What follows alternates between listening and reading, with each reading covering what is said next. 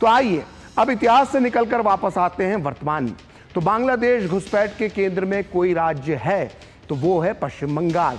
ये वो राज्य है जिसे अवैध बांग्लादेशी घुसपैठियों का लॉन्चिंग पैड माना जाता है।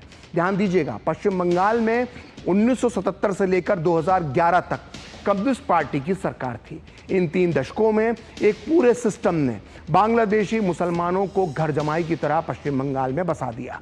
लेकिन 2011 में टीएमसी और ममता बनर्जी के सत्ता में आने के बाद भी हालात जस के तस बने हुए हैं, क्योंकि ये बांग्लादेशी मुस्लिम घुसपैठिए अब ममता बनर्जी का वोट बैंक बन चुके हैं। आइए अब आपको बताते हैं आंकड़ों के जरिए कि अवैध घुसपैठ की वजह से किस तरह पश्चिम बंगाल में जनसंख्या का असंतुलन हो रहा है।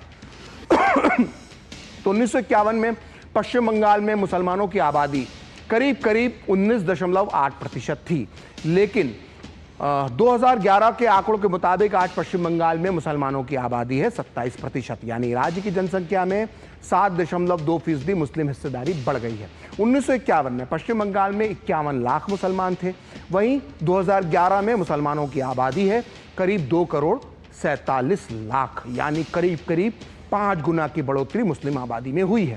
अगर पूरे देश से इसकी तुलना की जाए तो आज़ादी के बाद पूरे देश में मुस्लिम आबादी 4.3% से बढ़ी है। वहीं बंगाल में बढ़ोतरी का प्रतिशत 7.2% है, यानी पूरे देश के औसत के मुकाबले में बंगाल में मुसलमानों की आबादी बहुत तेजी से बढ़ी है। पश्चिम बंगाल में 1951 में जहां 78.7% हिंदू थे, वहीं 2011 में यह हिस्सेदारी घटकर 70.5% पर पहुंच गई है, यानी हिंदुओं की आबादी में पूरे 8.2% की गिरावट आई है। तो स्थिति कितनी भयंकर है आप समझ गए होंगे।